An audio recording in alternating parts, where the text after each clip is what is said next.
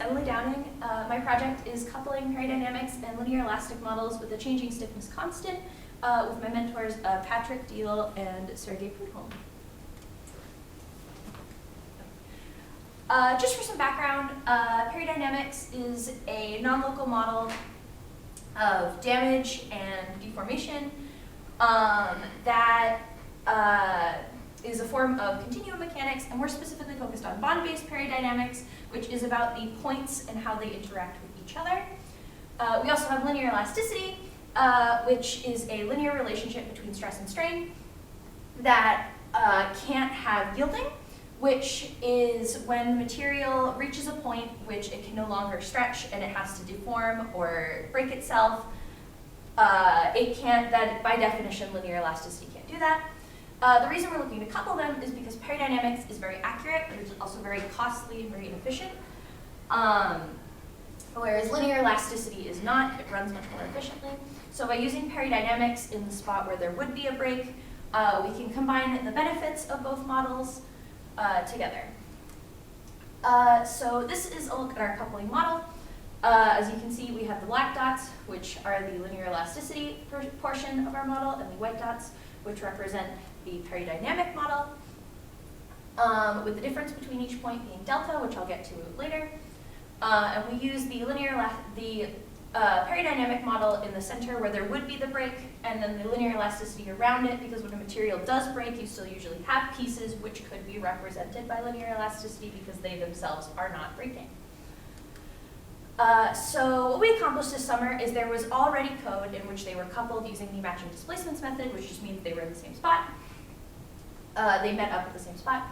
And we added a changing stiffness. Specifically, it got lower to a value that you would input, starting at 1, going down to the value that you inputted, and then back up to 1 before entering the linear elastic section. And then we also added an alternate approximation method to calculate the final difference for our error functions, because before we were comparing our function to a graph that was before the damage was put in, which didn't match and was giving us nonsensical values. So our results, the graph on your left, is the two displacements of the actual model and our approximation, the black being the actual model, the red being the approximation, and the right being the difference between them at the same scale. This first example is if you had a one-dimensional object where one endpoint is fixed, and then you pull it on one side at each point. You'll notice that there are different delta values for 4 different graphs. This just means we had a different number of points in each of our runnings of the simulations, the denominator being the number of points, and this matters because that's the number of steps it takes before the stiffness goes down and then back up again, and it gives us a different resolution for the points. This is the second case we had where both of the endpoints were remaining fixed, but there was force pushing them towards the center where they would reach 0. And again, on the left, we have the displacement graph, and on the right, we have the difference between them. And you can see it more in this graph where the difference of the delta comes into play, with the graph on the bottom being the largest delta or the smallest number of points, and the graph on top being the largest number of points. You'll notice that the difference graphs is very small, which means that our graph is probably right, which means that it can handle the stiffness getting lower in the center, which means in the future, actual damage could be put in so that the model could actually function.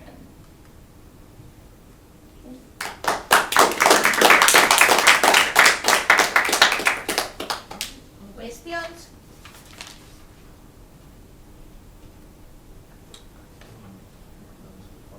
The second slide that you had with the graphs. Yeah.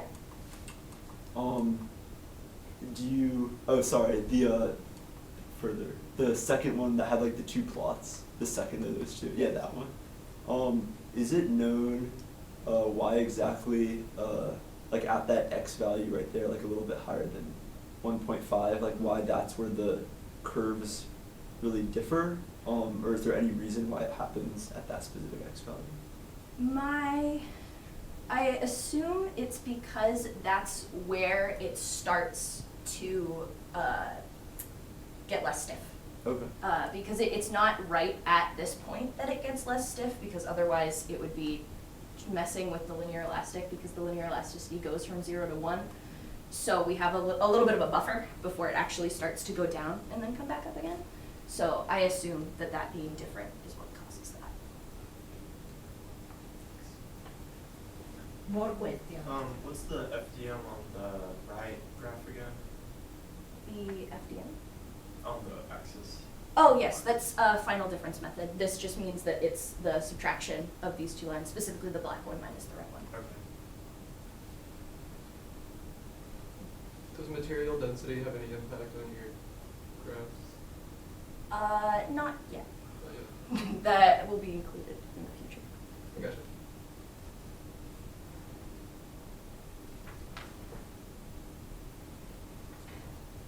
Okay, I have, could you show the previous, I have the same question. I mean, 25, you have there a displacement of 25, but in the horizontal is, you have 3. Yes. So this means a huge displacement, or, I mean, how do you correlate the 25 with the 3 in the horizontal? It would be a large displacement. It's larger than it would be if there wasn't the changing stiffness, because it's getting softer. It's moving a lot more in the middle, which then means the end has to move a lot more because it's moving with the center and then it moves on its own. But specifically we were more looking for the shape, because this is the shape that we want the graph to make with the force. So that's more what we were focusing on. Okay. So it doesn't mean that the end point finish at 25, finish 6 times farther the distance, doesn't mean that. Yes, they're not actual values. Are not in the same unit. No.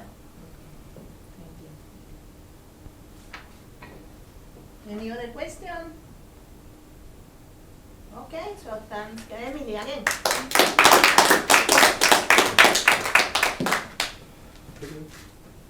Alright, hi, my name is Andy Bernardo, and my project this summer is Farmware, a Living Mint Interface, under the mentorship of Dr. Hae Nam, who is unfortunately not able to be here today. To start with some background, Farmware allows users to wear plants, as the name might suggest.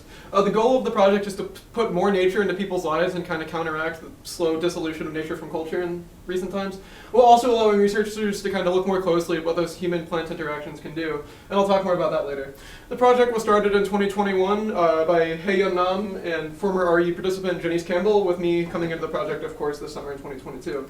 What I've mainly worked on this summer has been app development. We're working on a Farmware mobile app, and I spent some time adding a user interface and augmented reality functionality to that app. You can see an example of that over here, although that is a very old build of the app. And then I also debugged and added functionality to the Farmware website that people can use to go in and design their Farmware. Farmware.amplify.app if anyone's interested. Also a picture of it at the bottom right. And then I additionally added documentation to new and existing Farmware code. When I got here, none of it was documented. There was no comments, so you just kind of had to figure it out by tracing everything, which was annoying and took forever. So I fixed that and then added documentation to my code just to make sure that other people didn't, get that headache from the stuff that I did. Back to the research. As mentioned, Farmware allows researchers to study how those consistent plant interactions change the way people think about nature and self. The research population this summer was composed of LSU REU participants with 5 males, 3 females, a median age of 20 and an average age of 19.88. Participants designed using the website and took care of Farmware for 1 week. And then we participated in individual semi-constructed interviews where we kind of just asked them about their experience. And then we're optionally allowed to participate in design workshops, and I'll get more about what that looks like later. The study was approved by LSU's Internal Review Board, which basically just means that we followed good research practice and that I'm not doing anything wrong by sharing the results or any of this that you're about to see. Start with the interviews. We were looking at mainly 5 categories for the research of this summer. I guess to go in order, to start with emotion, that was the least popular category, which isn't to say that people didn't have their thoughts changed about Farmware. 5 of the 8 participants did respond saying that they developed some form of emotional connection. It just didn't change their thoughts about their emotions as a whole. A specific quote that we thought was interesting was that one participant thought it was like a mini dog, and that it almost felt like plants could be thankful for them, which we thought was interesting. Nature was the most popular thing that people changed their thoughts on, which makes sense given the project. These changes about nature were mainly like the scope of where nature can be found, be it like on your body or inside or in some small kind of thing. with one participant in particular noting that taking care of a plant reflects how you take care of yourself, which we thought was an interesting way that farm work can kind of impact those human-nature interactions. On to lifestyle, and a lot of these lifestyle changes were, of course, wanting to be around nature more, or wanting to eat healthier, be more active, that kind of stuff, as the quote would suggest. Accessories were more about the scope of accessories and the kinds of accessories that can exist. We had 2 participants note that they wanted to try wearing more accessories. One had mentioned potentially wanting to wear a ring going forward, and another thought that they think they could be more extravagant with what they wear in the future. And finally, plant ownership. 5 of the 8 participants responded saying that they wanted to either own more plants or own different kinds of plants going forward, 2 of which wanted to own more plants, and the other 3 didn't have any interest in owning plants, and then after the farmware experience did, again, as the quote would suggest. Moving on to the design workshop, this is more of an open forum where people could share and give their thoughts about the farmware mobile app that we have developed. Users sketched out kind of ideas of things they thought they might want to see. The most prevalent suggestions for this app were gamification and added social interaction. If you look at the image on the left, you can see a store of sorts where users could like buy things to customize either the farmware character or their farmware itself, as seen in this photo right here. On the right, you can see an achievement system with a little bit of like a social bar up in the top right, and like a Pokemon Go-esque kind of like world map right next to it. And then in the middle you have kind of a combination of the 2. There's names blurred out, but it's like a friends list with a high score and then like status functionality to kind of combine everything together. As for what all of this means for the future of farmware, the main goal is to continue to develop the mobile application and kind of like push the interaction through that. Be it with more augmented reality functionality to kind of make stuff like this possible, or other things, as well as to flesh out the user interface as we kind of figure out more of what exactly we want farmware to be. Additionally, we want to improve the farmware accessories. We got a lot of feedback about the farmware that we currently have offered with the bracelet, the necklace, and the ring.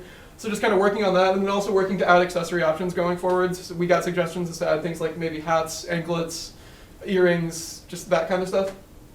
And then most importantly, we want to improve accessibility, because farmware is supposed to be for everyone, to put nature back into the lives of everyone. So making sure it's something that anybody could enjoy and feel like non-threatened by is important to us. Any questions?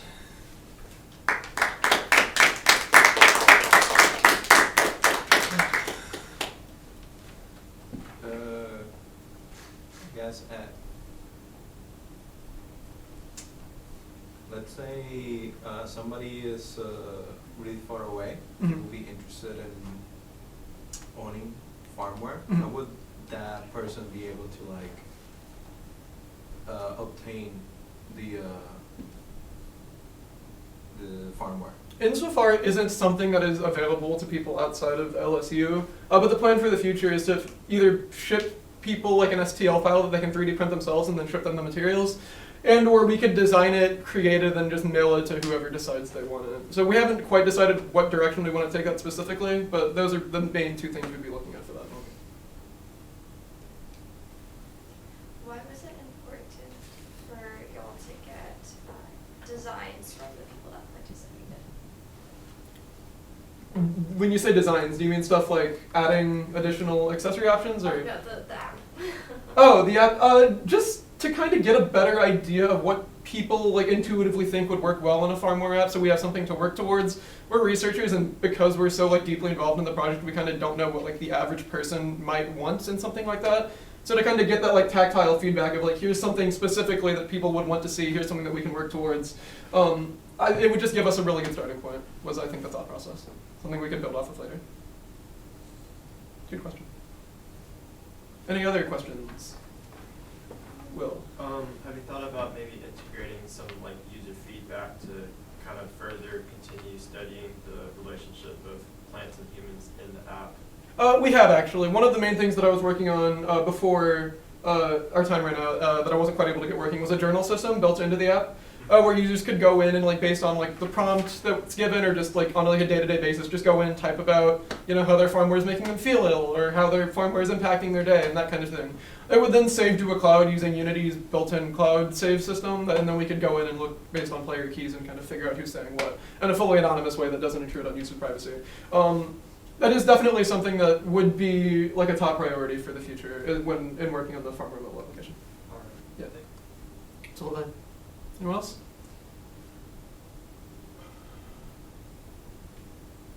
Yeah, I know you have very few responses, but did you make any analysis dividing the participants in different groups, male, female, or? For the design workshop, it just kind of worked out that through user schedules, there was a group of males and there was a group of females. But as for like specific intentional grouping, no, we didn't try to, I guess, siphon it out in any particular way. It's just how things worked out. Any other question? Okay, so thanks, Andy.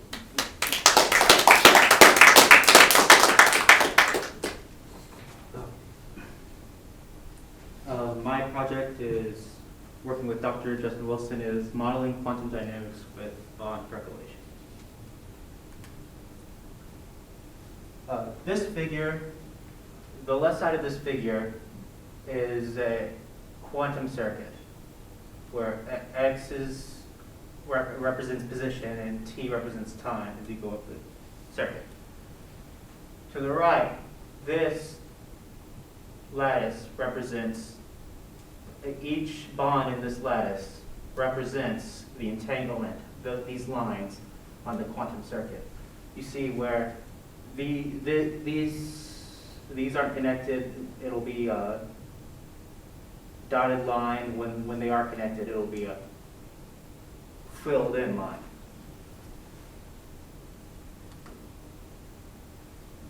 Whenever you measure a quantum circuit, measured entanglement is broken, and you could represent that in the lattice by removing this bond and replacing it with a dotted bond. That's how you can see this lattice to the right is starting to correspond to this quantum circuit. The reason we would want to do something like that is quantum simulations are very slow. So, when we measure this quantum circuit, we can do something called a minimal cut between positions. So if the qubits live atop this lattice, and you measure how this side of the lattice is connected to this side of the lattice, that's the same as measuring something called the Hartley entanglement entropy. It will be equal to the Hartley entanglement entropy of the quantum circuit. As I said before, quantum simulations are slow. Using a percolation model, like the tilted square lattice, we can perform a measurement. We can find the quantum entanglement entropy of quantum circuits up to sizes of 100 qubits long, or even up to 1,000 qubits long. But when we use pure quantum simulations, the size, the qubit length of the circuits, we're pretty limited in how long those are.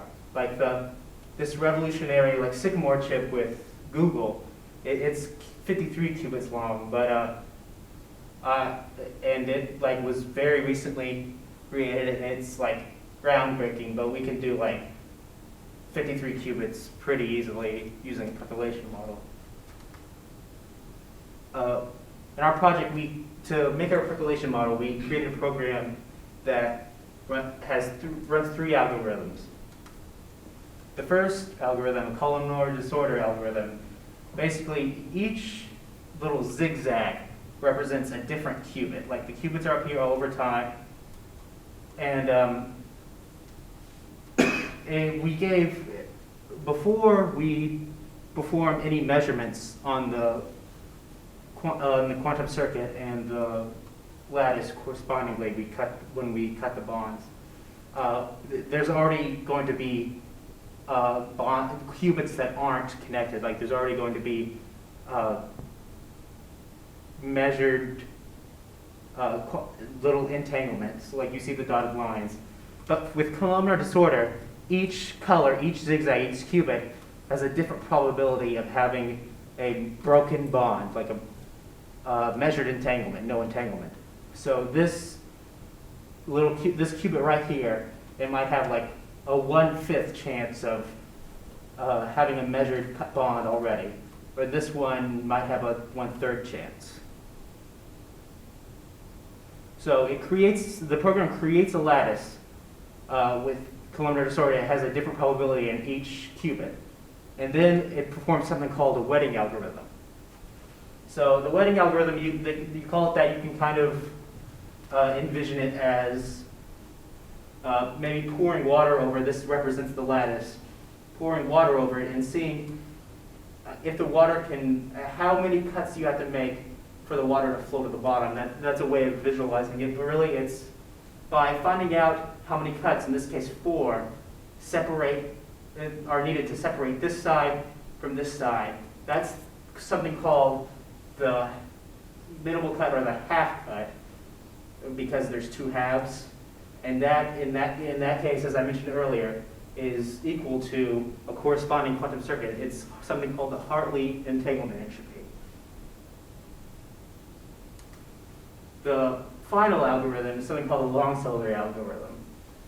It's called the long cylinder algorithm basically because in the case of our lattice, the left edge and the right edge are connected to each other, so you can kind of envision it as a lattice, like the lattice making a cylinder, like a netted cylinder. And in the long cylinder algorithm, we started with the final time slice. We go through, we perform the wetting algorithm and columnar percolation algorithm, or columnar disorder algorithm, and then after finding the half cut for that, we build up another time slice, and we run the same program again. Basically, we're building a cylinder as we go, which is the lattice. And in this case, the reason we do the long cylinder algorithm is so we can, to very late times, which is a tall cylinder, we're able to perform this wetting algorithm and columnar disorder algorithms. At this moment, we have not gotten all the data yet, but what's expected to occur is this is a graph of the Hartley entanglement entropy, like it's the Hartley entanglement entropy growth for systems of sizes 16, 24, 32, and 40, and this is how they grow over time. Notice there's 2 different colored lines, the red lines and the blue lines.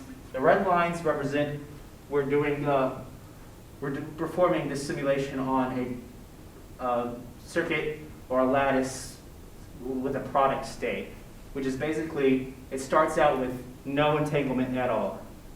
So you see it starts out here at the bottom and it begins to grow. The entangled state is a lot of entanglement, basically the opposite of the product state. It starts up here, but then it shrinks.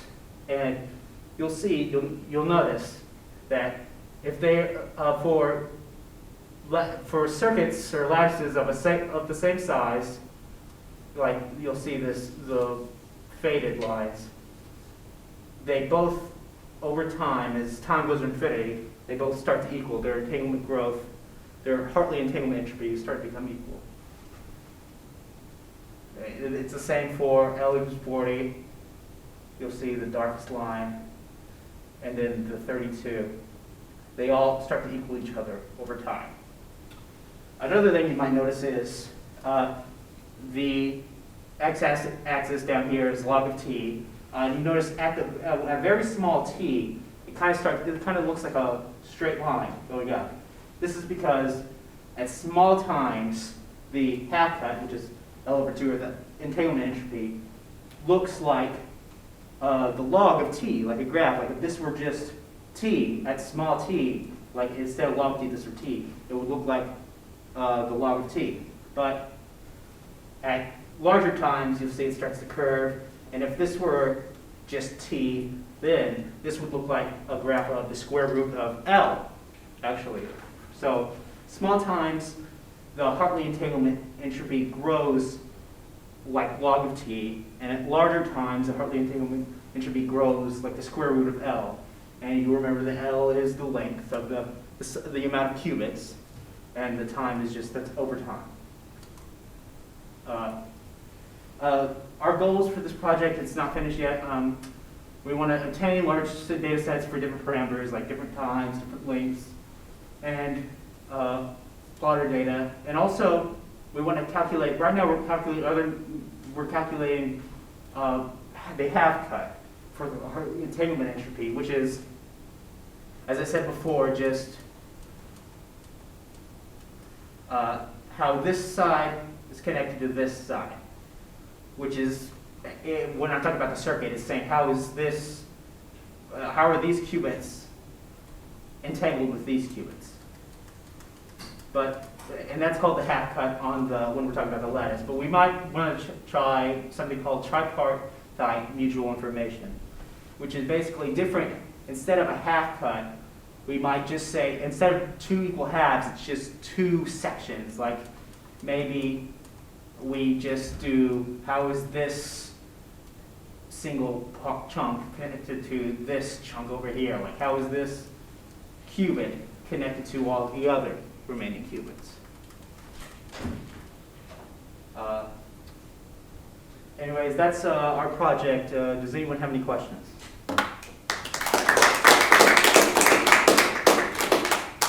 I have 2 questions. The first is that expected results? Are those real results, results generated from like an equation, or someone else's results? What does that mean? Dr. Wilson, he recently published a paper that used a percolation simulation, which is what our project is based off of, and this is the results from his. Okay. Other question. Oh, Sorry, what was your other question? Other question. It said that quantum simulations were slow, but then you said you could easily, with your percolation model, I guess model more qubits than like a advanced quantum computer. So does that mean you can like simulate more, but it's slower, or is your percolation model not a simulation, or what does that mean? Sorry, when I say quantum simulations, I mean not the percolation simulation. Quantum simulations, they run on the circuit. They don't create like a lattice, percolation lattice like we are. Our percolation lattice is able to run quickly, and it's able to work for very large qubits. The actual quantum simulations they're much slower. Like when you're working with qubits, like the times it will take are huge. And with the percolation, like I can run on a little crappy computer, like I can run something with 53 qubits, like this groundbreaking Sycamore chip. I can run that in like a day or less. So is the Sycamore chip a classical computer emulating a quantum computer? Sorry, this is fully quantum. This runs quantum simulations. This doesn't use the percolation simulation that we're using. This is that's why this is limited to like 53 qubits long. That's pretty impressive. But we're able to do that with the percolation model because we're not doing quantum simulations. We're able to do 53 qubits much easier. Wait, why is it called a simulation if it's... Sorry, well, there's the quantum simulations and then there's the percolation simulation, which is also, I guess quantum simulations is the best way to put it because they're all quantum simulations because they're simulating something that's going to tell us something about a quantum circuit. But when I say quantum simulations, this is not related to the percolation simulation that I'm using. The percolation simulation is representing a quantum circuit. But when I say they're using quantum simulations, it's not using this percolation lattice at all, which is what is helping us do it to these extremely large qubit sizes. Like this is what helps us do it quickly. But they're not using that. They don't use that because they just do simulations on this circuit. We are doing it on a lattice that represents the circuit, and being able to work on the lattice makes our program able to run much faster. Okay. Wait, so are quantum simulations separate from the Sycamore chip? Is that like another method to The emulate? Sycamore chip uses quantum simulations. But it's a quantum computer? Yes. Okay. I guess I just don't know about this. Sorry, I You're don't good. think I answer you correct. I might clarify a little bit. So the Sycamore chip is a quantum computer that does like fully quantum, like I guess simulations. But like you can also simulate qubits on a classical computer. There you can only get to maybe 24 qubits or something. So like on your laptop.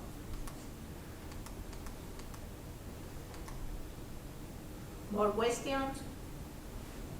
So, understand for understand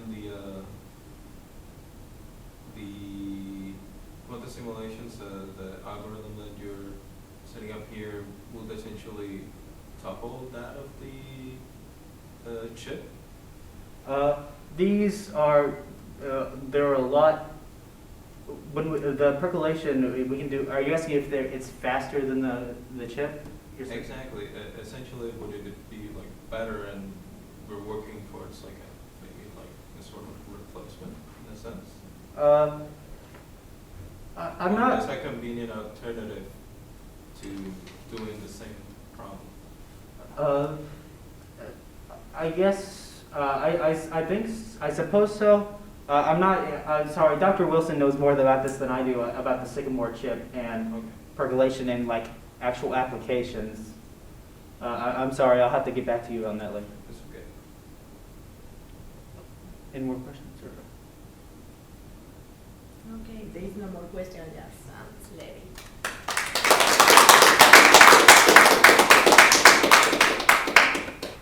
Hello, y'all. My name is Will Hennig, and my mentors for this project were Dr. Comington and Dr. Juan Moreno. And the research project that I did this summer was studying the equilibration times of three-dimensional spin glass Ising models. So to start off, what exactly is a spin glass? A spin glass is basically a magnetic system where the spins are characterized by disordered metastable states. The analog to spin glass would be just a molecular glass. So as you see, it's just all messy looking and all that. The interesting thing is that there's these states where they get into frustration, where it's hard to find one nice equilibrium low energy state.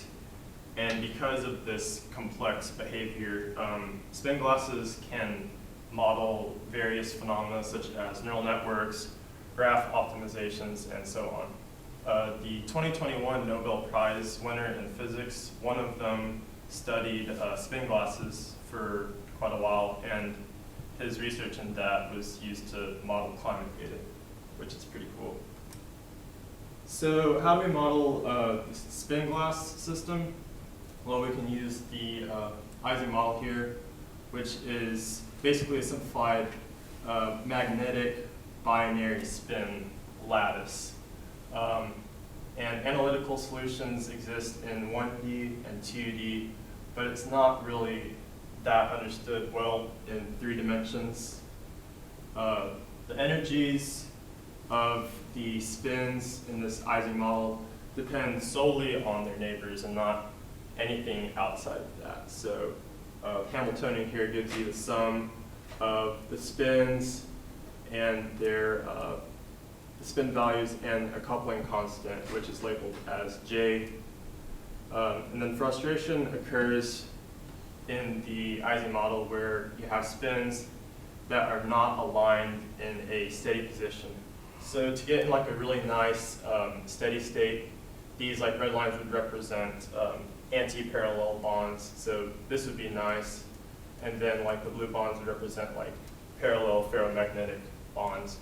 So trying to arrange those with so many spins here, you can get some states that don't come out nice, low energy. So that's where the complexity arises. And we can model this spin glass behavior by using an order parameter called the Edwards-Anderson order parameter. And it basically shows how the spin glass system evolves over time. So it's like measuring the spin value at one point in time, and then you check on with that later.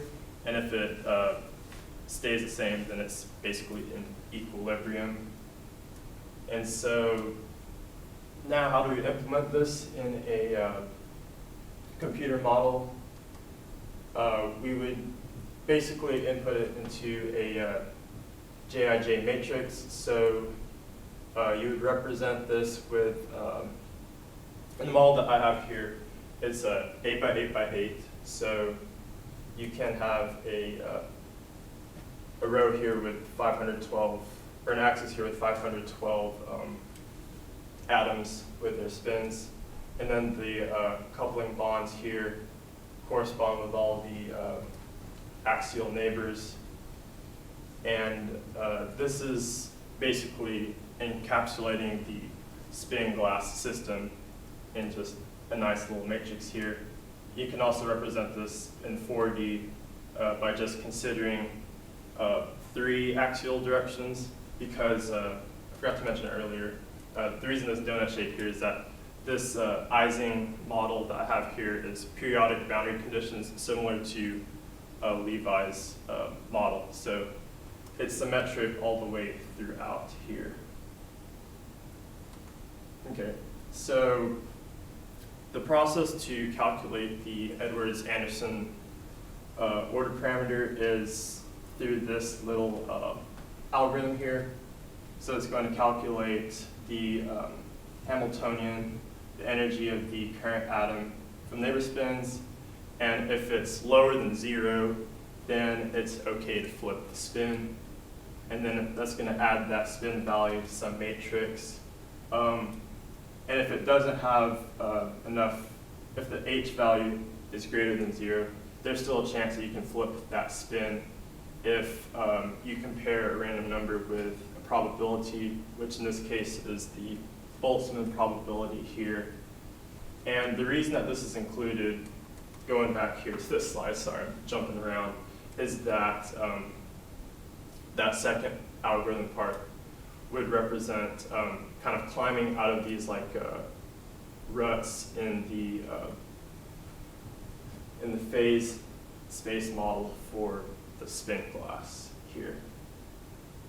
So going back there, it's going to go through the loop and then through all the atoms in the lattice. And then you're going to average all of those spin values over time for all the Monte Carlo steps.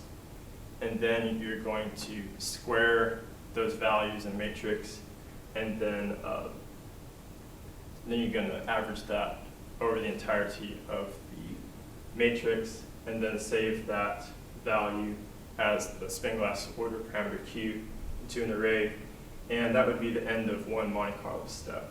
And this process would be repeated 1,000,000 times in the Ising model in order to simulate this spin glass here.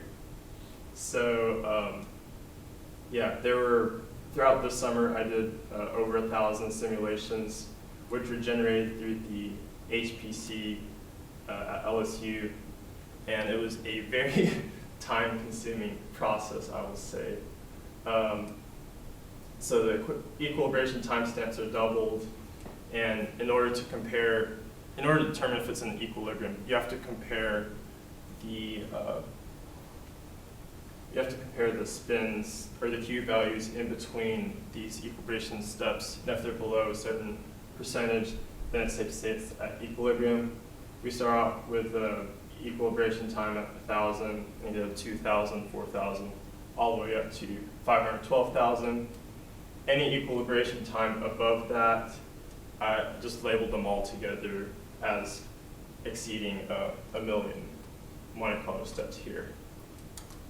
So these are the graphs that represent the spin glass order parameter as it evolves over time with the Monte Carlo algorithm. And so here, this one has 4,000 MCS, and these have kind of wonky shapes at first, but they all approach some kind of equilibrium, as you can see. The issue is that these algorithms take a really long time to do, And the question is, like, is there a way that we can connect this equilibration time with the JIJ matrix that represents the spin glass system? And the way that we were going to do that was to use a convolutional neural network, which basically you feed it in these JIJ matrices, and it's going to do some sort of process called convolution, where it basically kind of like filters through the matrix and tries to extract any features that might be interesting to further look at. And then these get fed into more convolutional layers and such. And then you use max pooling, which is basically you kind of filter out all the unnecessary stuff and have a better scope of the features that can determine the equilibration times here. And you do that, several times. And after that, the three-dimensional JIJ matrix would be transformed into a one-dimensional, fully connected deep layer. And then it's going to do its neural network magic through TensorFlow, and then output 11 equilibration times, which correspond with the ones that I had cut earlier. So the results of the CNN were not that great, about 20% accuracy at best. But I mean, when you look at it, we're comparing 11 different equilibration times, which if it was just random guessing, that'd be like 9%. So it's better than random guessing, I suppose. The main issues with the accuracy would be just the lack of sufficient data, because typically for a neural network, you want to have like 5,000, 10,000 samples to get a good grasp at it. I only had 1,000 since it was a very slow process. Then also the issue is that there's just so many outputs that I feel like it was probably too specific to classify them as such. So then maybe bundle them as smaller groups and then see if we can find trends there. And then this graph that I have right here is a histogram that shows the distribution of all 11 of those equilibration times. And as you can see, it appears to be somewhat normally distributed. This tail end here looks a little wonky, but that's because of that batching of all the ones that exceed 1 million Monte Carlo steps all at the tail end. So I guess regarding like future work, if we were able to generate more data and such, perhaps we could see a better trend here and be able to optimize on the neural network. And that's all I've got. Any questions?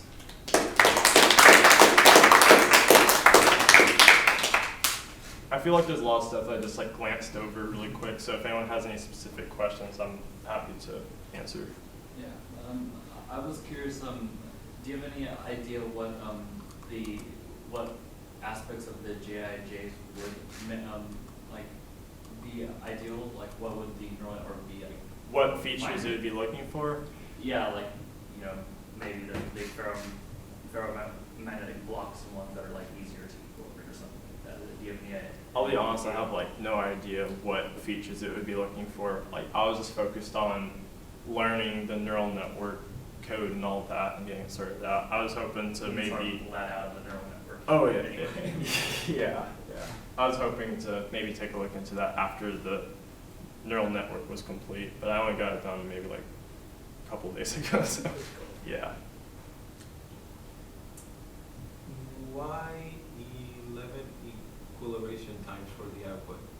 Well, that just corresponds with 1 million Monte Carlo steps. Sorry. So I started out comparing the Q values starting at 1,000, and you compare it with 2,000 Monte Carlo steps. Because going back to this graph here, it's exponentially decaying as it reaches this asymptote. So in order to find any like meaningful changes, you're going to have to use that logarithmic scale. So just double the times in order to see the change in the Q, the spin glass order parameter in between there.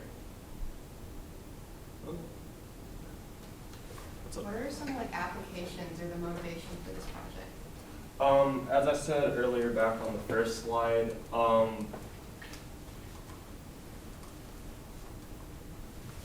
they can model complex systems. So like what exactly is that? Well, it's kind of where you have like a bunch of, systems that kind of like branch out and spread out. So like, in the graph optimization, you might want to try to find like the most efficient path from one point to another. And, there's all kinds of points that you could like take. And, sometimes the most efficient path is not going to be like the one next to the next closest graph. So like, going back to this graph right here, for example, like these points here, they're very close to the global minimum, but or energy-wise. But like in the phase space here, like they're not close at all. So like you have these like pits where they're all kind of like spread out, where they look like they're nice, optimizations, but it just takes a lot of work just to get up and around to find that one point right there. So that's the interesting part of spin glasses applications. Okay, if there are no more questions, just consent again.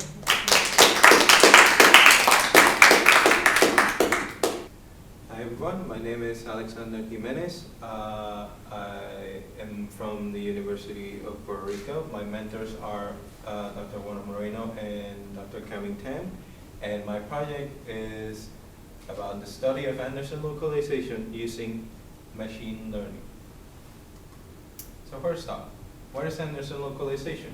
Well, first it was named after Philip Warren Anderson, and Anderson localization can be thought of as a metal to insulator transition, where the metals are good at electroconductivity and at conducting electromagnetic charges, and insulators are good at suppressing those charges.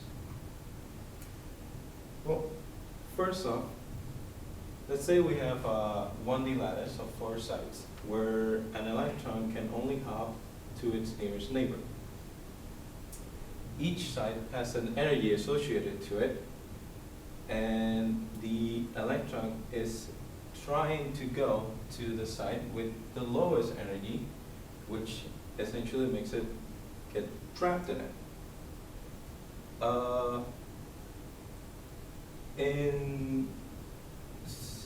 What we're trying to study from this is that there can be something called disorder, which is the differences between the sites that could be either very slightly or very significant, and that determines the amount of jump that one electron has to do from one site to the other. That disorder is called, we call that disorder W. For example, in this example, the site with the lowest energy is the number 4, so the electron will, the electron would like to come back to there. So, for our Anderson localization model, we are using a Hamiltonian matrix. This matrix is equal to the kinetic energy plus the potential energy. When the potential energy equals to 0, the kinetic energy equals to the hopping t, which in this case we're using the t is equal to -1, and the kinetic energy occupies the off-diagonal values of the matrix, which is all the t's that you can see here. And when the kinetic energy equals to 0, the potential energy equals to the random uniformly distributed numbers multiplied by the current range of disorder, or W, and those values occupy the diagonal values of the matrix, and everything else is filled with zeros. Now, what is the matrix for? Well, we use the matrix to generate, to calculate different eigenvalues and eigenvectors. From the eigenvalues, we find the eigenvalue closest to 0, and then save the eigenvector of that eigenvalue for future use. And ultimately, we use the matrix to find the order parameter for the metal insulator transitions. For example, in here we want to take low, small w's and large w's, label them to identify or classify a range in between those two w's. W's. So, the bulk of the project is using machine learning to classify different ranges of disorder. By this, we need to see exactly, well, let's step back and let's say, okay, what do we have and what do we want? Well, what we have are the eigenvectors that we save, and we want to use those as our feature vectors. Then we have an estimated error parameter within the range of 0 to 30, and that estimated error parameter says that the optimal critical W or critical disorder is 16.5. So when in this graph, so we want to get a sort of sigmoid graph where 0.5 should indicate 16.5 when we give the data to the machine learning model. And so by doing so, what we do is that for the eigenvector or the Fisher vectors, we label those obtained from low W, we label them as 0 or metallic, and those obtained from high values of disorder, high W, we label them as 1, insulating. Now, generating test samples, right? We need them to train the network. Then I didn't mention it. The network that we're using is a 3D convolutional neural network. The information that we will be using to train the model is an 8x8x8 matrices, where because this is creating the Hamiltonian matrix. As you can see here, here are the hopping T's, and here is the potential energy. And here it generates the eigenvalues and eigenvectors. And I put this here. Extremely just tells if it's currently generating values for low W, it would append a 0 to a label. So let's say a y, the y-axis pretty much for the training. So the label array to give to the machine learning model. So we split the data into 800 samples for training and 200 samples for validation to avoid overfitting. And then and then we use the ranges of W from 0 to 5 and label them as 0, and from 25 to 30 we label them as 1. Now, initially, in the model that was trying out, there was a problem with overfitting. Now, overfitting is when the model is performing well with the training data, but when you validate it or go to the test data, it performs poorly. So for here, I tried varying a little bit of, I tried adding more layers,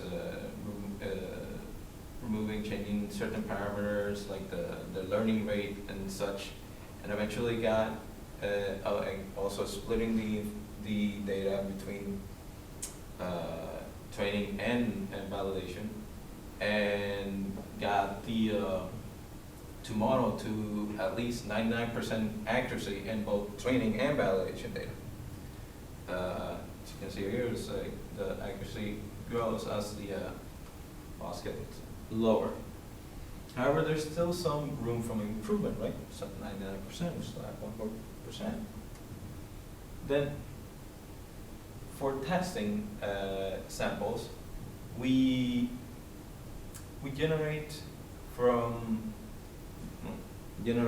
0 to 30. I generated 3,000 samples. So from 0 to 30, each range of W has 100 samples. Because it is randomly uniformly distributed, we can use the same W multiple times. Therefore, increases the number of samples we can have. So, as we're generating those samples and give it to the machine learning model so that it can predict the label of that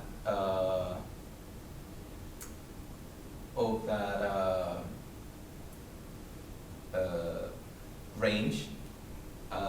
Let's say we have 5, right? We have 5 with 100 samples of a W equal to 5, and then it should give us, like, for example, 99 zeros and 1 1, and then we average, or we get the mean for those 100 samples, and there we have the value for us to be able to graph it.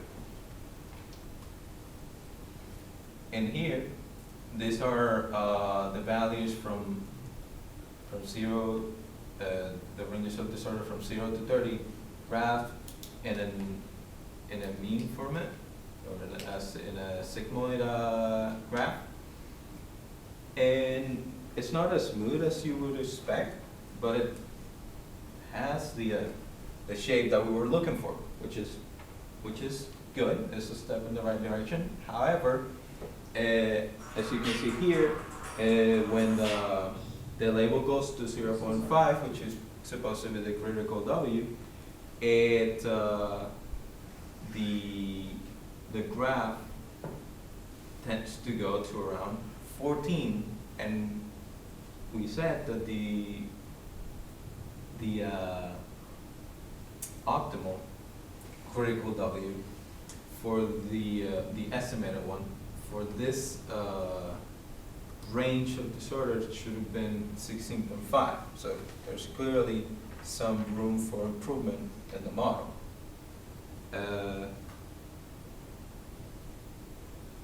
We're planning for the future that, well, with a little bit more fine tuning, we can get that graph to move a little bit forward to where it is more optimal. Goes beyond the REU is essentially just continue the research, aid in the development of the model further, and try out the model in different forms of distributions and increase the system size, you know, not only being on 8 by 8 by 8, but go to 10 by 10 by 10 or 16 by 16 by 16. And ultimately write a paper about the results. Any questions?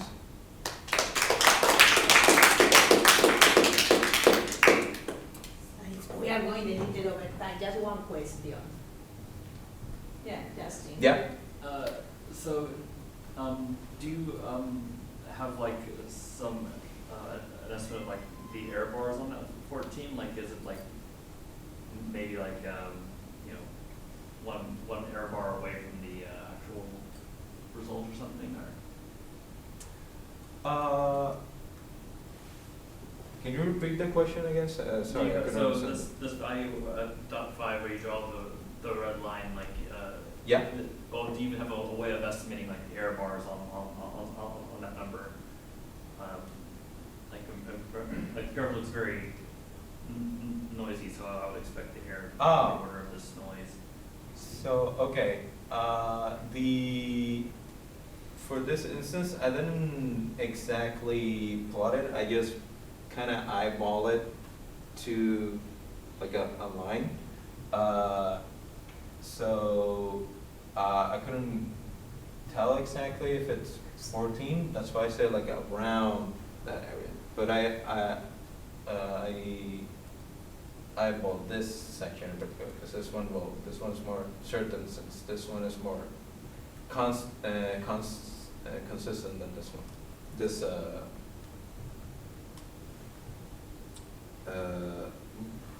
yeah. Okay, well, I think you understand that Okay. again. Okay, so my presentation is on physics-based as well as data-driven modeling for fluid flow and complex geometries. My mentor is Dr. Tiagi. So the equations that govern fluid flow are the Navier-Stokes equations, which you see here. And so for the physics-based approach, we need to divide up our computational space into the space that we're simulating into a computational mesh. So this is where we evaluate the velocities at the boundaries of our grid, and we evaluate the pressures at the center of those grids and where the part that we are simulating. And then this computational mesh allows us to approximate some of the derivatives in the Navier-Stokes equations by essentially calculating. So here you can see we're approximating the second derivative of velocity, horizontal velocity with respect to x direction by doing sort of a weighted average of the values that are adjacent to each other there. So our physics-based algorithm here, first we set our initial conditions of pressure and velocity, then we, for as long as the simulation needs to run, we enforce our boundary conditions. So in our case, that means setting the edges of, or any place where we have a boundary, so the edges of a box, or for an obstruction, everything within the obstruction, set the pressure to 0 and velocity to 0. Well, velocity will interpolate at some points to make it 0 at the boundary. And then we calculate an intermediate velocity with our current velocities and pressures. Then we use this intermediate velocity to calculate the pressure at the next time step. And then we use that pressure and our intermediate velocities to actually correct our intermediate velocity to get a final velocity at the next time step. And then we just increment time. So here's an example of that type of simulation. Here, our complex geometry is just the letters D, J. No fluid can flow through those. And here you see, this is the lid-driven cavity. So this is a box with fluid flow flowing to the right, just outside the boundaries above it, and it's driving motion inside of this box. And the arrows are the velocity vectors, and the color is pressure, except for the DJ, that's just so you can see it. So we want to see how well you could approximate fluid flow and complex geometries with a physics-informed neural network. So in order to set up this physics-informed neural network, you would either need experimental data, which we did not have, or so we instead used our physics-based modeling method and then just sampled some of the points randomly, about 5% of the points, except for on the boundaries where we increased the rate to 35% of the points there, and then got the data from those points, the pressures and velocities across all the times of the simulation. which you can see there on the left. And then they constructed this sort of labeling and unlabeled portions of our simulation, the X and the Y there, which we can then fit a neural network to in order to approximate or essentially simulating the fluid flow. So given a position in time and space, predict its velocity and pressure. However, to make this neural network actually physics informed, we need to select a random number of points, well, not a random number, but random points across space and time. And we do not have labeling for what these should be. So instead, we just have time and position here. These are our co-location points. And then we essentially take those Navier-Stokes equations, rearrange them in such a way that they should be, so that we have portions of them that should be equal to 0. And then we square those and sum them together.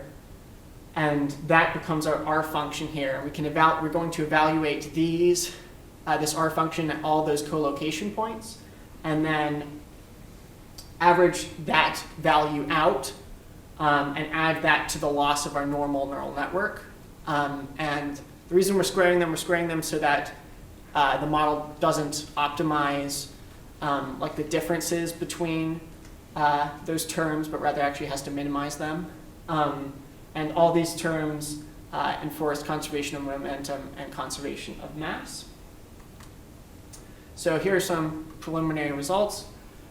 On the left, you can see our physics-based modeling. On the right, you can see a neural network without the physics-informed bit. The contour lines represent the vorticity or the curl of the velocity. Again, pressure is color. And we can see that this doesn't really work very well.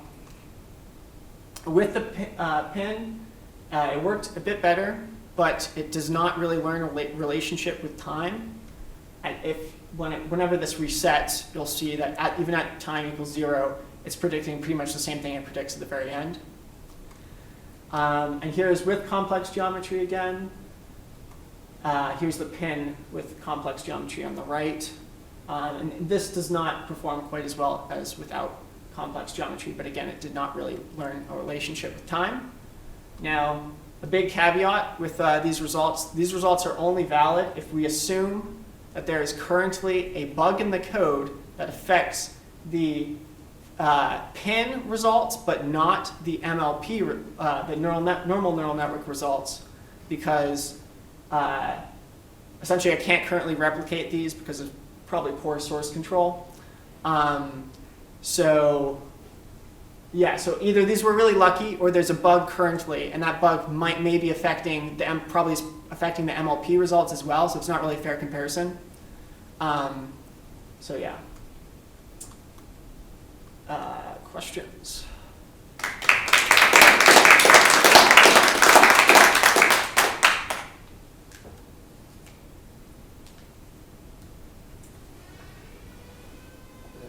How would you go about finding if it's a bug or not? Looking through it, like debugging. But you know, What were the parameters of the neural network, like the depth and width and all that?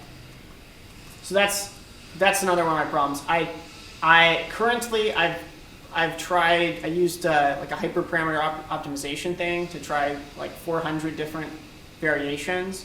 But this was before the results you're seeing here that are actually somewhat decent are before I started doing that, and I don't know what they were at the time. Yeah, but you don't have any idea what the number of layers? This is probably 8 layers, 20 neurons each, and 5% sampling. Yeah. But if I try that now, I don't get this. I get something that looks a lot more like this, which is why I think there's probably a bug that's probably affecting this and the pin.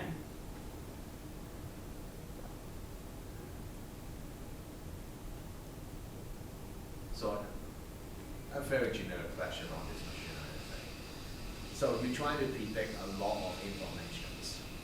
you want a picture as a function of space and time. Yeah. Generally, is that possible for the machine learning algorithm to have enough input data to generate the output data you want? Because normally, you do neural network for categorizations. You input a picture, so you input a lot of information, and the machine learning just give you yes or no, or some put in different category. So the output is just one number. Now you try to output the whole picture as a function of space and time. There are a lot of numbers, a lot of information involved. My question is that have sufficient enough of input information for the, well, I know it's very hard to have a very specific answer for this question, but I just question about how good this approach can be for such large amount of information you want to generate. So it's not outputting the whole, it's only outputting 3 values with 3 inputs. And then we can add in, Is that at each grid point? Well, like we can predict on each grid point. Yeah. And that's how we generate the picture, but it's only predicting 3 numbers for each. Well, for each grid point at specific time. Yeah, yeah. But you need to generate as a function of space and time. Yeah, but yeah. So that a lot of things there. A lot of what? Well, a lot of information you expect machine learning to give you. Yeah. So I don't know. Just very general question. Is there sufficient input information to generate output information you expect to get? I mean, this is not really learning with time, so I don't know about that. But this is only 5%. It's only been given 5% of the points that are on the classical simulation on the left, and yet it was able to like represent it pretty well, except for the time bit. So like maybe, but I don't know. But did each grid point or each sample point or whatever have like its own neural network, and then that's multiplied by whatever number of grid points? No, one neural network. You just say predict on time 40, position Okay. X, Y. All right. Yeah, but you probably need a much bigger network than the number of layers, or at least the number of the width. You said it was 20, right? Yeah, this one, yeah, this one's 20. I mean, that's probably not enough to really like capture the full thing. Yeah, I'll definitely, I'm hoping that there's a problem right now. Once that problem is fixed, I'll then do the hyperparameter tuning again with, but back in this situation again, I think. See what that does.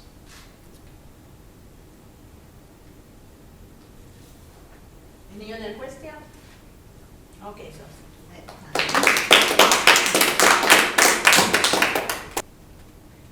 Okay, hello everyone, my name is Emily Payne and I've been working on the optimization of multi-layer thin film structures using phase change materials with my mentor, Dr. Veronis.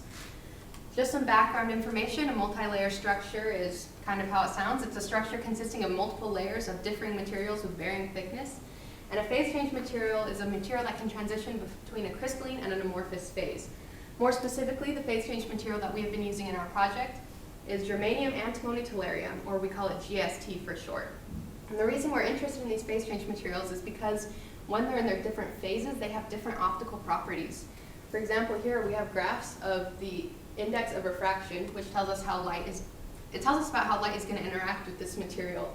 And on these graphs you can see CGST, which stands for the crystalline phase of our phase change material, and AGST, which stands for the amorphous phase. You can see that the index of refraction is different for these phases, which means that in the different phases, it'll interact with light differently. And so the main goals of our research was to add this phase change material to our previously created model, and then to maximize the difference in the reflectivity between these two different phases at a specific wavelength. And then we wanted to test the effects of changing different parameters, such as the population size, the maximum thickness of the layers, the substrate material, and what our target wavelength that we're optimizing at.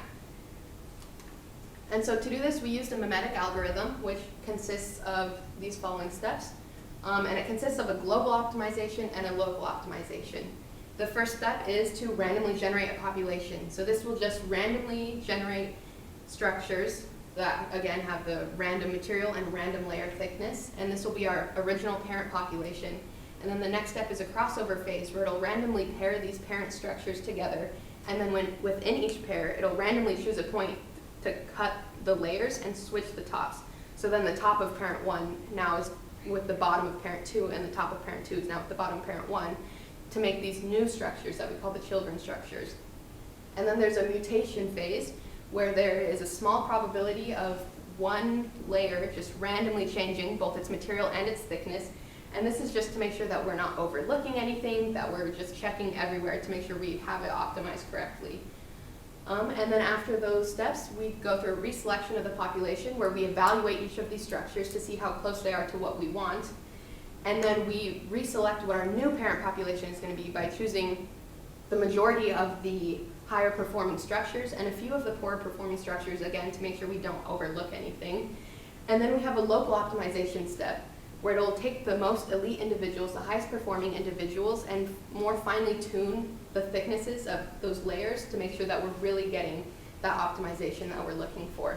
And then it'll repeat steps 2 to 5 until it converges. And so the outputs of this algorithm are 1, our convergence curve, which shows us the values of our merit function. And what our merit function tells us is the difference between what we want and what we have. And we want to minimize that difference because we want as minimal difference between what we want and what we have as possible. And so you can see in this graph that it takes our best merit function from the best structure and then the average merit function from generation. And as you go on through generations, you can see that it converges. It also outputs the reflection spectra for both of the phases of our material. So again, you can see here that we have the crystalline and the amorphous phase both graphed here. And a way to read this graph is you can see that at earlier wavelengths, shorter wavelengths, the reflection between the two phases is about the same. And if you look at these later wavelengths, you'll see that there's a much greater difference between the reflectivity of the two phases, which this is kind of what we're looking for. And the last thing our algorithm outputs is the final structure, which just shows you the materials of each layer and the thicknesses in microns of each layer. So some of the results we had is we looked at changing our target wavelength to see what would happen. We tested some lower wavelengths, such as 0.6 microns, and you can see here that there was not much of a difference between the phases in the reflectivity. It was only going from about 35% to 43%, and that's not what we're looking for. We want something more like 0 to 100. And so we increased this target wavelength to 1.5 microns, and we got much better results, more what we were looking for. As you can see over here, it went from about 0% to 95% reflection. So we're headed in the right direction. We increased that wavelength yet again to 5 microns, and we got even better results, going from about 0% reflection to almost 100% reflection. So some of the conclusions that we found was that changing the parameters such as the population size, the substrate material, and the maximum thickness didn't appear to change the difference in the reflectivity a whole lot. It only affected how quickly it converged. And then we also found that this method has shown to be highly effective, as you saw, in ranges between 1.4 and 5 microns, where the largest difference we found was 0.27% to 99.85%. So some of our future research will include finding out what is that wavelength range that we can use to get these good results. And then just to continue testing the model, changing the parameters, just to study how it affects the convergence rate of the algorithm. Then we'd also like to modify the algorithm to optimize at multiple wavelengths rather than one specific wavelength. And then to add tunable two-dimensional materials such as graphene to see how these materials would affect our structures. Are there any questions?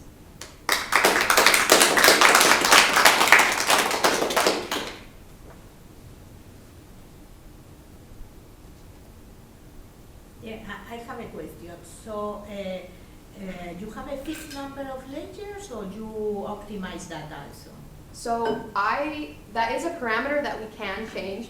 Tanvir, a graduate student I've been working with, he looked at changing the number of layers, but I kept that constant, and I kept that at 5 layers. But that is a parameter that we can look to change in the future. But the goal is that when you put more layers, it will be more effective, but also having more layers means it's going to be harder to make. So we kind of want to minimize the amount of layers while still making the structure effective. More questions? Well, how long does it take to generate the data?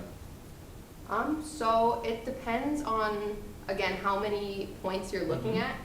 If you're just checking one wavelength, it shouldn't take too long. I would say a lot of my simulations took like an hour to run. So like a decent amount of time, but not like insanely long.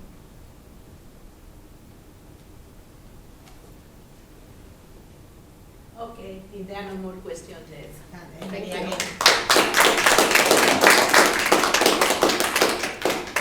Okay. Hi, I'm Andrew Fisher. I worked this summer. My mentor was Professor Sean Walker, and the project that I worked on was mathematical modeling of pneumatic liquid crystals.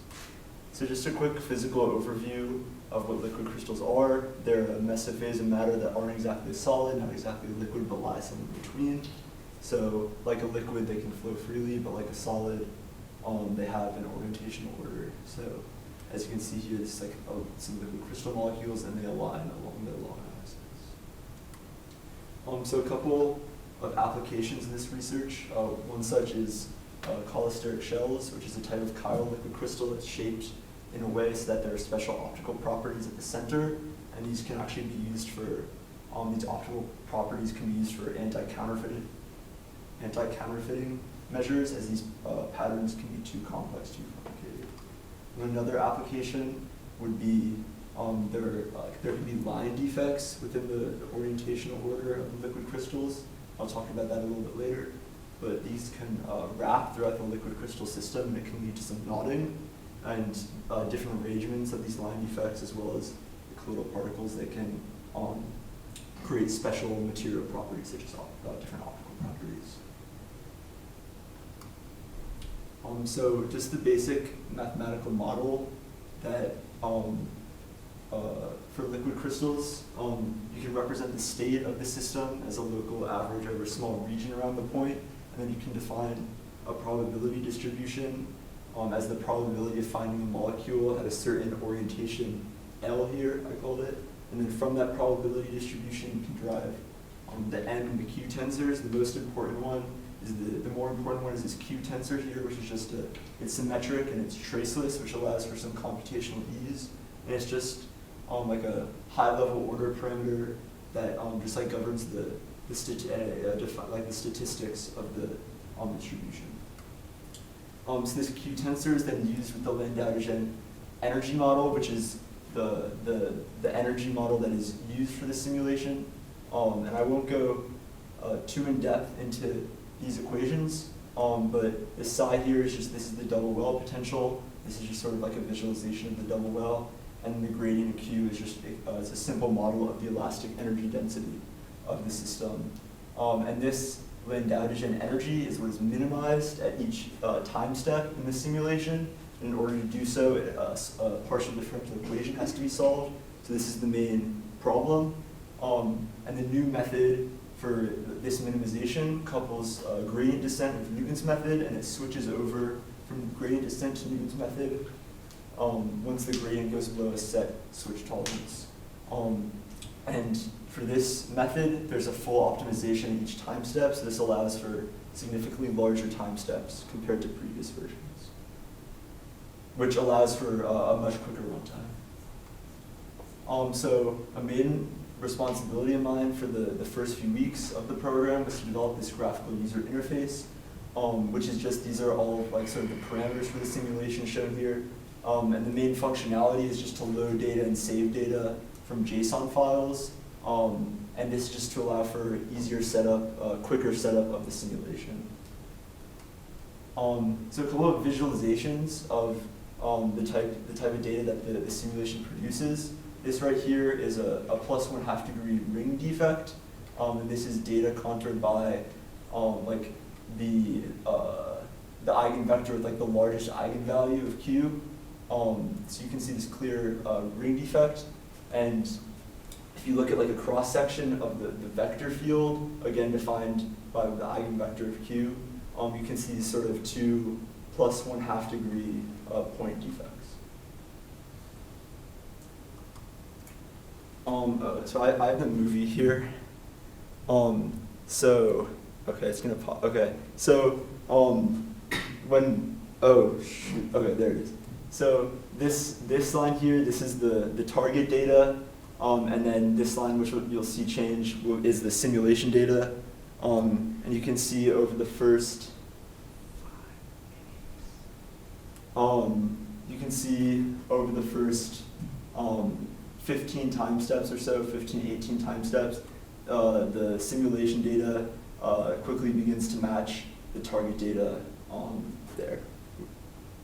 And this is a minus 1/2 degree line defect, which is the same type of line defect that could lead to the nodding with the application I was speaking of earlier. And this is just a plot showing it's the difference of the norms of Q of the target data versus the simulation data, and how it's just decreasing to what it's going to be its minimum value of the first 18 time steps or so. So conclusions and next steps. Basically, the main conclusion is that this new experimental simulation conforms with the Landau-Dijen model, but has a much quicker runtime because of the new minimization method with gradient descent coupled with Newton's method. And then future research in this will be in optimizing those switch tolerances for the best performance, because this is one downside of the new minimization method. That's all.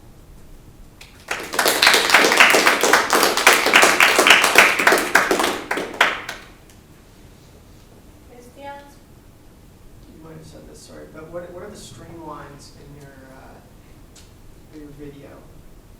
The streamlines? Or the, I don't know, maybe they were errors? Oh, like that's just like the I'll just, yeah, it's like sort of the same. Is it okay if I talk about this one because it's sort of the same? Yeah. This is just like the vector field that this is, these are like the eigenvectors of Q. So this is probably, shown here is probably like the eigenvector with the largest eigenvalue of Q.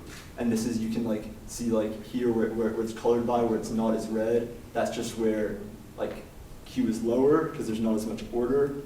So that's where the sort of like defect is at those sort of points right there. What does pneumatic mean in pneumatic liquid crystal? Oh, so pneumatic, there's sort of just like 3 main different phases of liquid crystals. Pneumatic is sort of, I guess, like the most simple one, where you just have those molecules aligned along their long axis, and then the other 2 main ones would be like a smectic, which would be, you would see something like this, but they would all be in layers.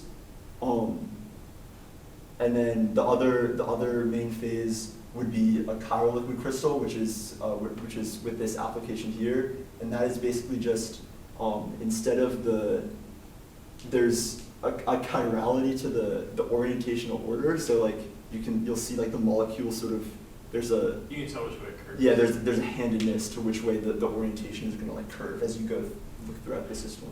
So yeah, pneumatic is just one of the 3 different type of phases of liquid crystal. Any other question? Okay, so then,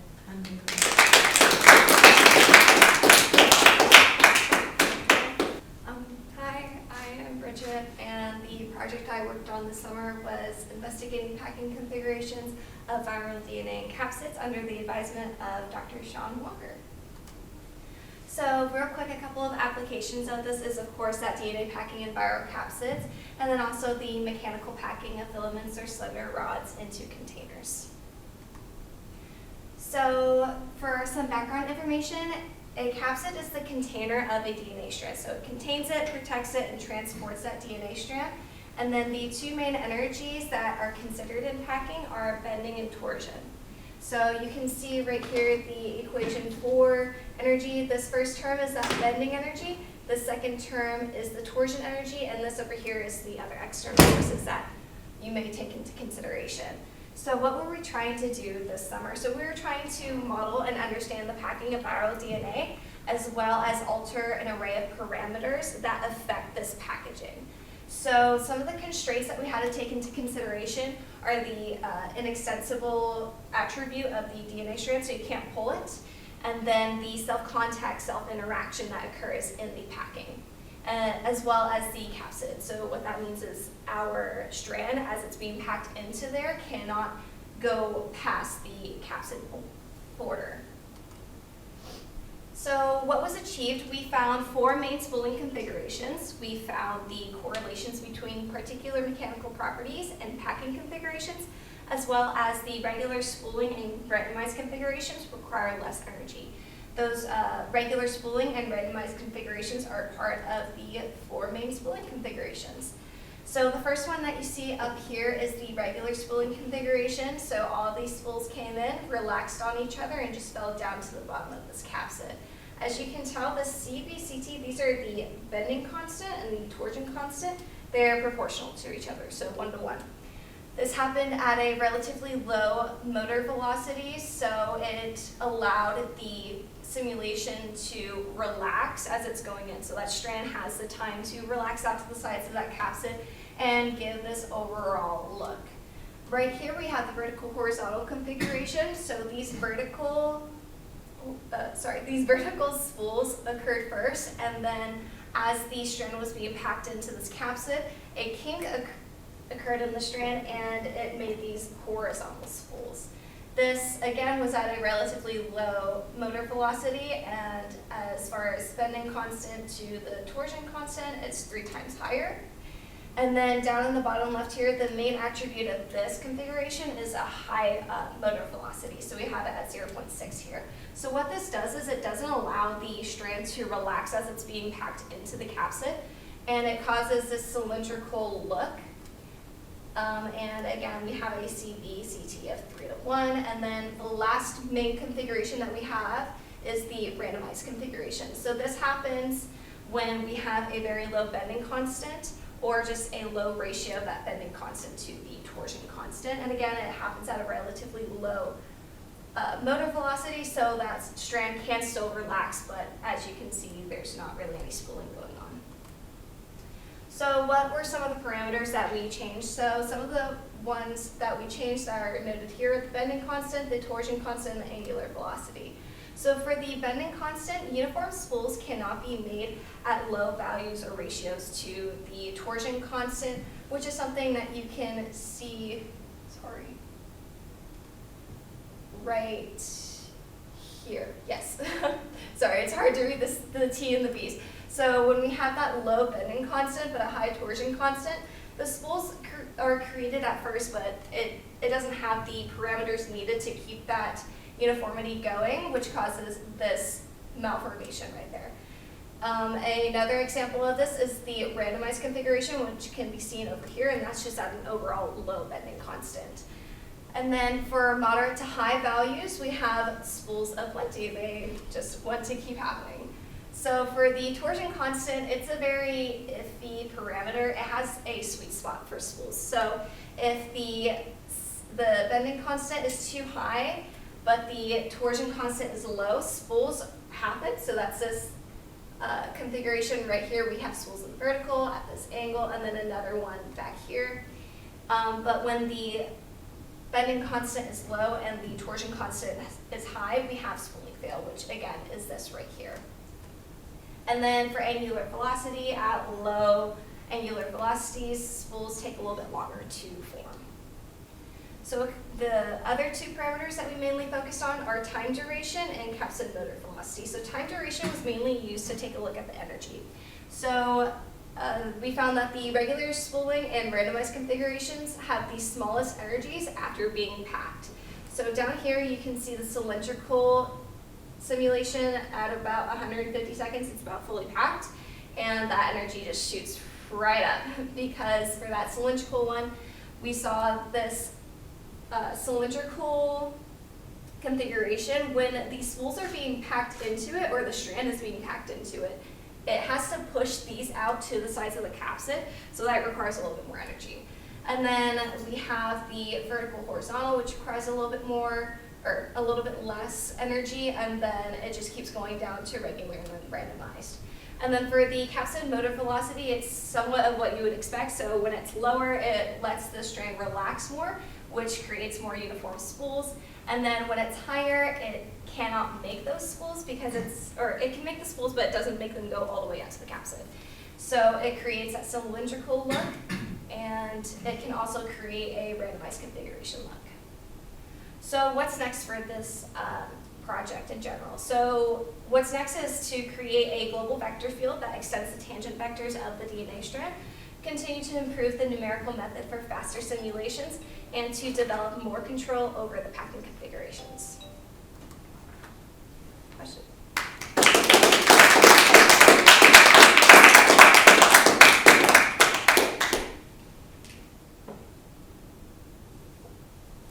Is everybody hungry? Do the strands have like a width, or is it just like? Yeah, they have a diameter. So this one right here is 0.2. Is there any way to tell, or is, I don't know if maybe this is something you looked at, was like for the different spooling configurations, which one like takes up a higher percentage of the capsid after like however many seconds or however much is pumped in, to see like which is like the most efficient, like taking up space? Was that like something that you could look at? So that's something that you can look at by looking at the self-contact graphs, which I did not have here. So that just shows the contact that's happening with the strand as it's being packed in. And it progresses over time, so you can watch both the simulation and the self-contact graph happen at the same exact time. And you can, so spooling is something that we've kind of suspected to take up a little less room. It allows that strand, so like if you have a randomized thing, it has to push past some barriers and more energy and stuff like that. So spooling doesn't take up as much room. So something that we looked at with the self-contact graphs is to see if we have linear lines. So linear lines across our graph just symbolize to us like spools occurring. So as they're more towards the bottom and left, spools are occurring, and that is taking up a little less space. But we do have the capsid motor velocity, so the same amount of strand is pumped in. So we can't really do something with that, but we can look at the energies that are involved, which also with that and the self-contact graphs, it gives us somewhat of an idea of the how much is really in there and what it looks like.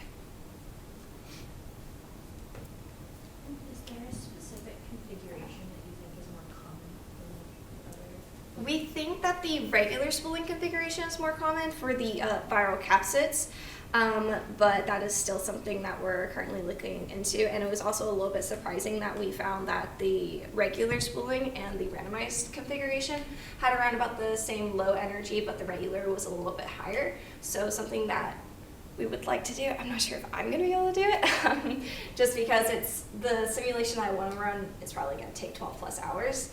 And what that would do is just go a little bit past that point, because what we were at for these simulations right here, this is about 70 to 75% packed, and you really don't get packed until you're about 80 to 85%. And we suspect that maybe those energies might flip, so the randomized might be a little bit higher, because like I said before, when it has that randomized configuration, that strand being packed in, it doesn't have like a really nice space to like fall into. It's got to push itself around, so that might increase the energy a little bit.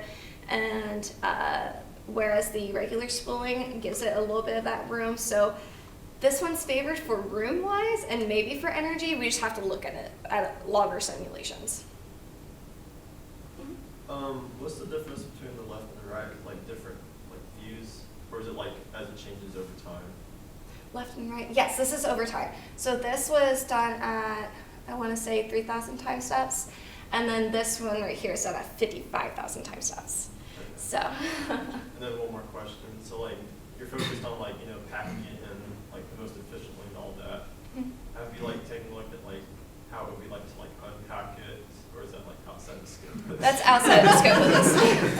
I'm kind of curious like if it would be like putting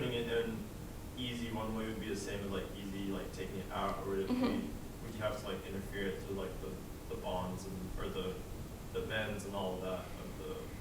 Yeah, that would be really interesting to look at, but this is more so of like the packing rather than the ejection of the DNA strand. So I think that would, it could definitely be like a branch off from this project, but not quite this project. Just curious.